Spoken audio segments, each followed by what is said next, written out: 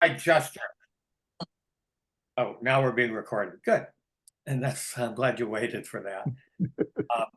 So, pardon my gesture. I try to come up with a catchy title. That must be why we got so many people here tonight.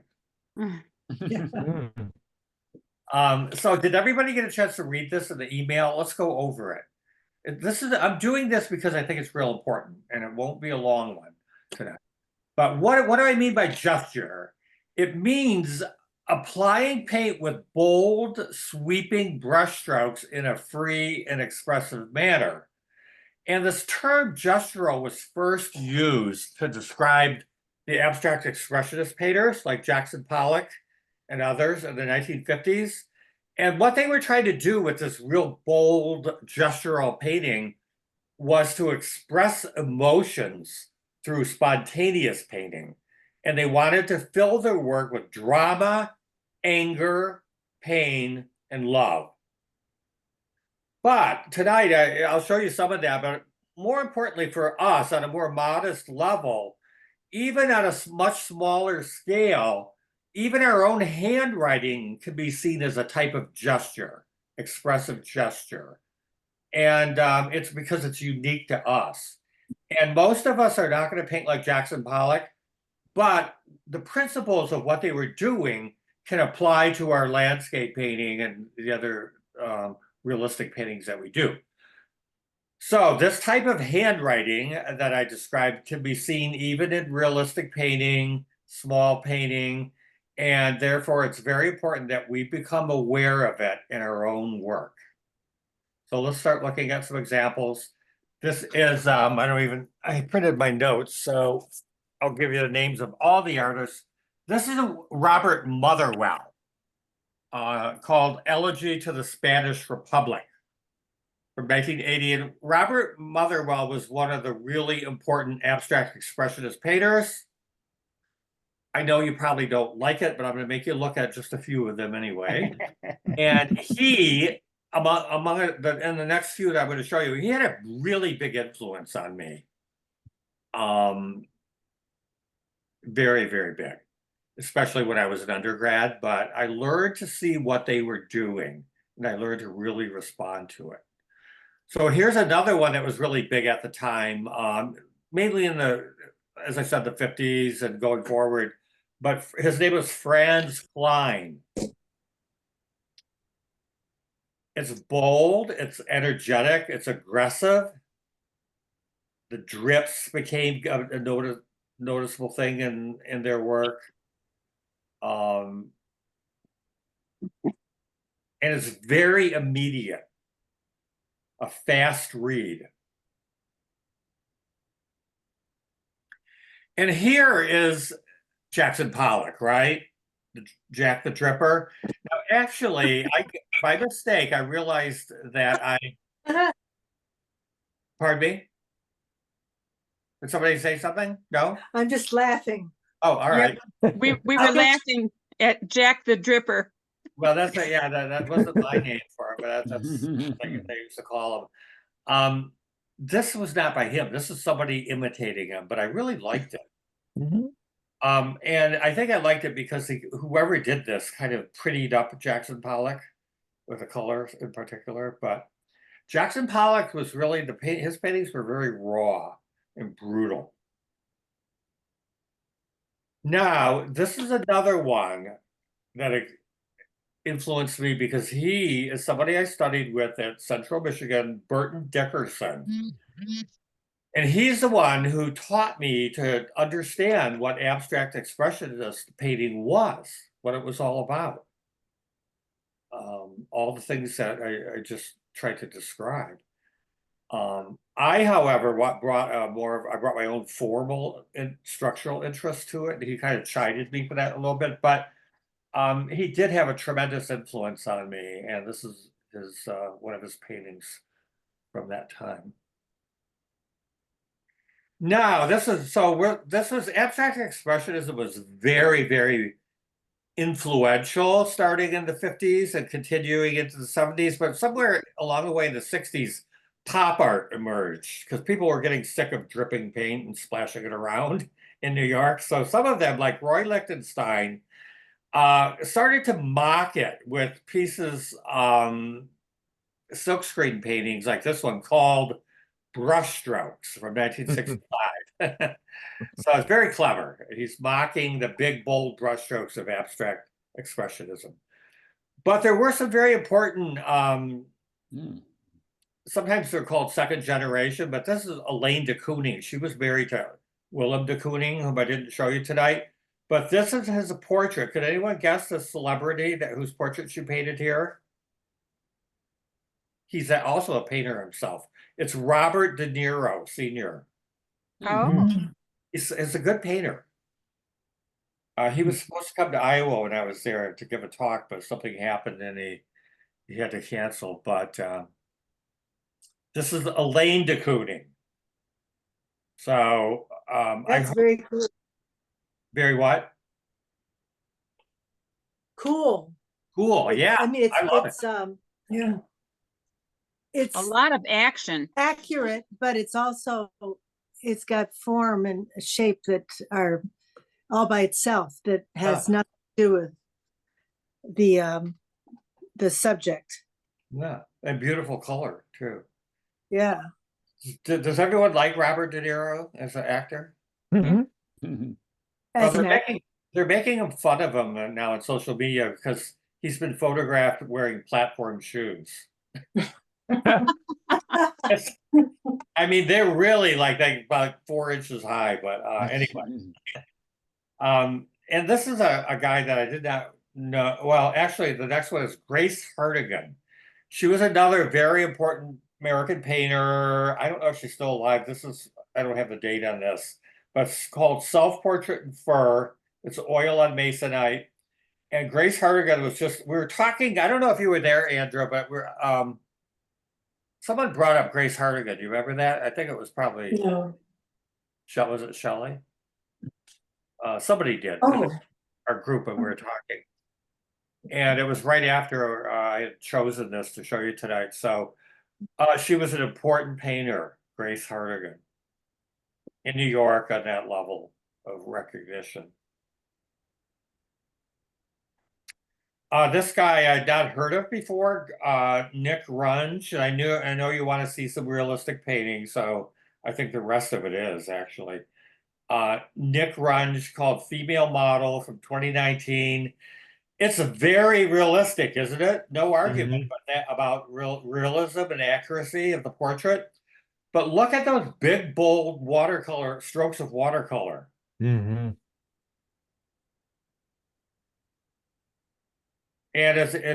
I love it. It's very energetic. And he knew how to put those strokes in exactly the right place and retain spontaneity. Yeah, I was going to say he's put them in the right place, but you don't feel at all like it's a real stiff picture. It's a flowing picture. It's really nice. Yeah, it is. It certainly is. So I go ahead. And the shape of those highlights are so very geometric in comparison with the roundness of the face and everything. Yeah. So the huge contrast. That's a good point. Yeah. I look at it and I think I want to finish it. It doesn't look finished to you? No. Oh. It has the use of the white too. Yeah, Yeah. it's Yeah. very striking, that white. I was going to say, I think also when Sigrid mentioned the movement, I'm fascinated by how the brushstrokes also kind of allow there to be this, like, especially around the ear, looks almost like there's like the active shifting of the face because of the direction of the way that the watercolor was being pulled on the page too. Yeah, true. And I came to feel, after my experience at Central Michigan and all those influences, I came to feel that it was possible to combine representational painting with that kind of energetic use of paint and brush. And this is a good example of someone who's very, very, very good at it. So now here's another one. I don't know why I can't convince any of you guys to love this painter like I do. But who is it? The signature. Is No. that the Fairfield? Barnard. Bernard. Bernard.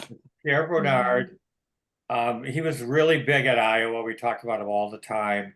It's called the Red Blouse. But look at it's realistic, isn't it? It's a nice. We know what it is. We know what's going on. It's not a good reproduction, but look at the brush strokes of the white stripes on her blouse. They're just as free flowing as any of the other Jackson Pollock paintings we're looking at, aren't they? Mm-hmm. And that kind of painting. So I think that's I'm not going to say it's essential, but I just think it's just a characteristic of good painting, a free calligraphic use of the brush. And I wanted to show you, I wanted to show you this one because I also found a sketch that he did for it. Mm. And he, it's an example of someone who has an idea for a painting. Maybe he was just sitting in a cafe and saw this girl and he wanted to make a quick sketch of it so he could paint it later. And he didn't feel like he had to sit down and tell her to sit there for an hour while he made a beautiful drawing. He just captured the essence of it and with ink, and you can see that in the energy of the lines.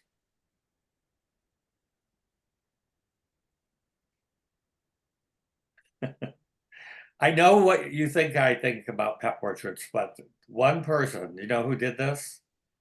Not Bob. I don't know how Bob got up there, but this was Manet. Oh. I think Manet got pressured. He was in Paris, and I think he got pressured into doing a lot of pet portraits of the Parisian socialites, so they would buy his real paintings. But if nothing else, he's known as a master of the handling of the brush. There's these very virtuoso-like, energetic brush strokes that do something. They're not just, this is important. I think it'll become clearer in the rest of these I'm going to show you that I'm not talking about just making a whole lot of brush strokes everywhere to make it busy and energetic.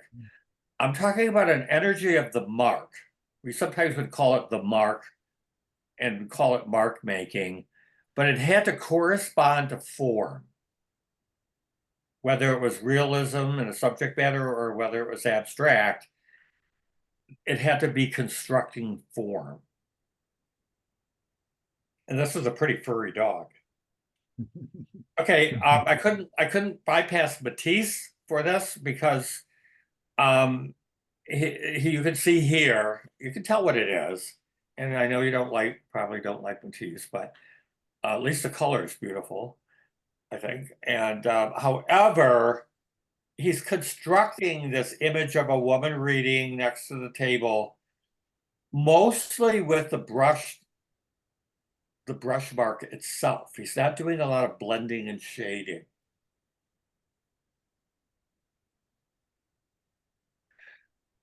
Now, how about this? I know you know how I feel about sunsets, but you're wrong if you think I dislike all sunsets, because if you can do this, do it. Emil Nolde, you've heard me talk about Emil Nolde, the German expressionist, worked mostly in watercolor. He did this, and it's called Sea with Two Smoldering Steamboats, 1930. I don't know where I see the steamboats, but it also uses what you might call a sunset. And so is this. Isn't it obviously a sunset? Redon, Odilon Redon. I've talked about him. And this is just an extraordinary color, isn't it? God Lord. And look at it. Do you see the little sailboat? Yeah. Yeah. And then right. I mocked the sailboat on the Sunset Lake. But if you do something, if you take it somewhere beyond the stereotype and the cliche, then I'm all for it. And he certainly does that here. I don't know where he even got that magenta color. That's wild. Okay, now calm down a little bit. I found this. You know how I feel about flowers. I've said that. Actually, I love beautiful paintings of flowers when the artist is capable of pushing it and going somewhere with it. And this is someone I'm not familiar with. Her name is Tracy Everly. I have two of them. But do you like this painting? Yes. Yes. Beautiful color, energetic brushstroke and mark making. I'm sure the painting knife was used for much of it. And beautiful light. And here's another one by the same artist. Charles, Yeah. she uses a roller too. Oh, is that right? She blends the colors with a roller. Oh, so you're familiar with her work. Mm-hmm. Okay. Yeah, we could use different tech tools to bring a freshness to the way we make the mark of paint on the canvas. Doesn't have to be a brush all the time. And I think she also followed Claudia Wriggling. Claudia, what's her name? Wriggling or Riddling? Somebody you like, Claudia. Rilling? Yeah, Rilling. Yeah. Yeah. Claudia Rilling? Yeah. Yeah, that They- is reminiscent. Yeah, you're right. Yeah. They follow each other. Yeah. Oh, they do. Okay. All right. Okay, so I want to show you now an artist that I have liked for a while. He's in New York. He's not real well known. Has a frame making shop actually, but Robert Kulicki, and I've just always liked the simplicity of his paintings. This is oil and graphite on paper, 7 by 8 inches.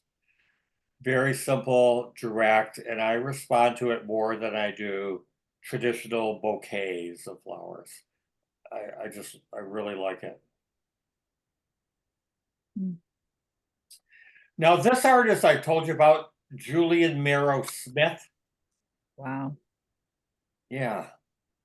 He's the one that was very successful with the painting a day movement and actually made a lot of money from it. And now paints in the countryside of France, but very small, very immediate paintings. He would do one a day, very simple still lifes and flowers. But even though it's very realistic, he's very aware of using the brush and the paint in a painterly fashion. So more restrained than most of what I've showed you tonight, but especially if you look at the highlights on the cup and some of the mark making on the rind of the cantaloupe, you can see that he's pretty confident with the brush. I like this one, Charles, better than the preceding one. And why is that? I don't know. I like the way there's a rough exterior of the melon and the smooth brightness of the cup. They really contrast, and I also like the background, the way he just suggests different things in the background. Yeah, like that big brushstroke that is above the black cup, that horizontal Yes. brushstroke. Yeah, And notice how it stops just short of the corner of the rind, the melon that sticks up. yeah. See that gap there? That's an awareness. That comes with an awareness of painting and form. Okay, not too many more.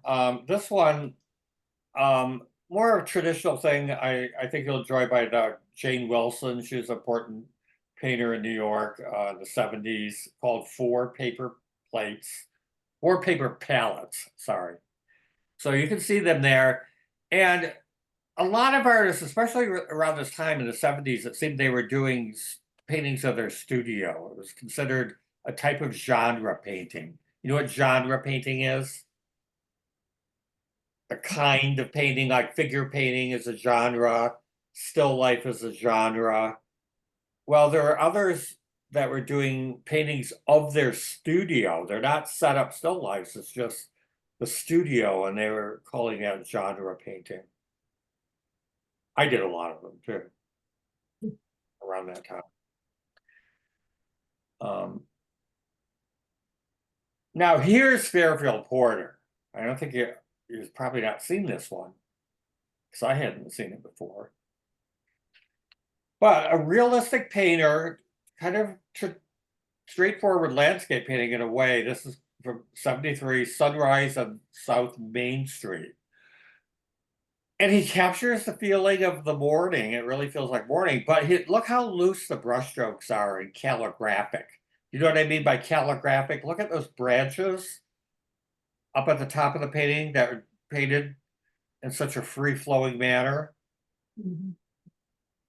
And he just really is good with the brush in that way. And also the bushes down at the bottom of the painting, the dark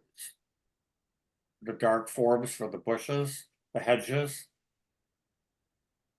Just really heavy, kind of a heavy movement of the brush to capture their growth. It looks like springtime or a cold spring morning. This is an artist I'd never seen before, James McDonald. This is painted on the Georgian Bay, oil on cardboard, 5 by 9 inches. And it's just a very immediate plein air painting, and it just captures a lot of energy with that brush. Not a lot of detail, but it's not what the painting's about.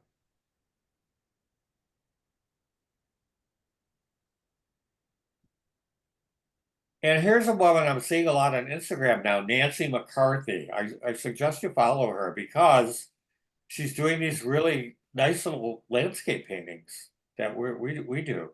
Don't you like this? Yes. Yes. Yeah. I love it. I'm gonna try What's it. her Nancy McCarthy. Nancy McCartney? McCarthy. McCarthy.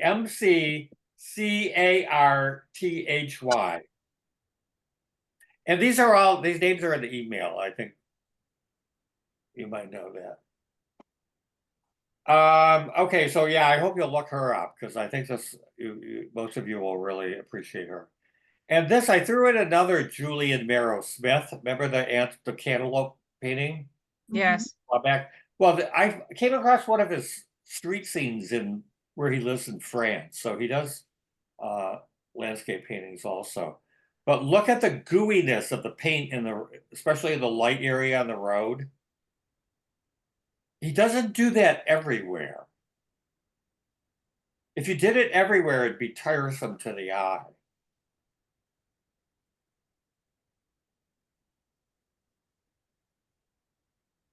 I really like this painter. If you don't know her, German, I think she was German, Paula Modersohn Becker. This is from 1900. Oil on cardboard. And I don't know, sometimes I just like the painting, but you can see that she's using the brush and the mark of the brush. And for its own sake, it describes the landscape. It does describe the clouds reflecting in the puddle of the sidewalk or the road. But they have a life of their own just as paint applied to a surface. And a bold composition, corner to corner. Now, this is someone I studied with at Iowa, and he's the one that talked excessively to us about mark making and how you use a brush and how that's essential to good painting. And you can see it here. His name is Ben Frank Moss. This is called River Rocks. And very free, especially the black line, a kind of like calligraphy. Moving, snaking its way around these rock-like forms, which consist of patches of paint. I did last night when I was out there painting with Julia, I did a regular painting of the pond, and then I did a study of the rock, great big rock, that I just thought of while I was showing you this. So if I remember, I'll bring it into class. Okay, just to wrap it up here, you may remember my friend Robert Poplack from California. He's married to Deborah Kirkland. They're both very accomplished painters in the Bay Area. Robert's from Michigan. If you ever go to the DIA, if you notice the Poplack Gallery where they have all the Aztec art, have you ever noticed that? At the DIA? Okay. It's the Poplack family. Anyway,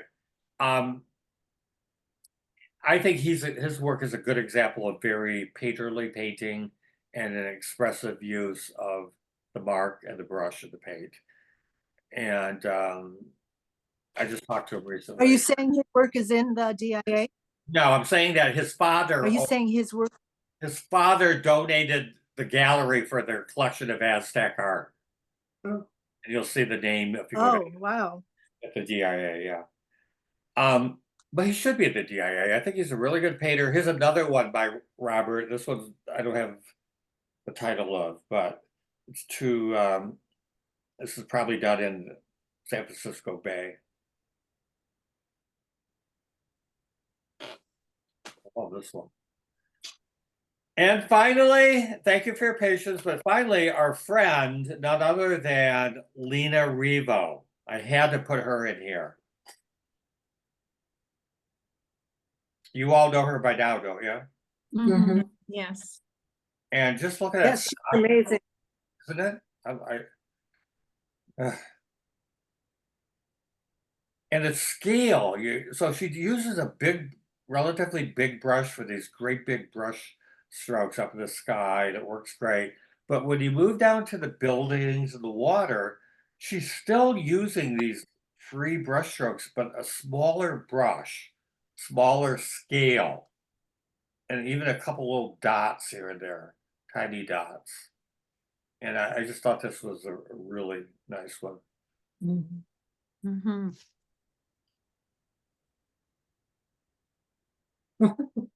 Mm. Cute. Okay, no need to elaborate. So thanks. Thank you. Thank you. All right, yeah, it's fun. Oh, wait. Tell us about your painting My what? behind you.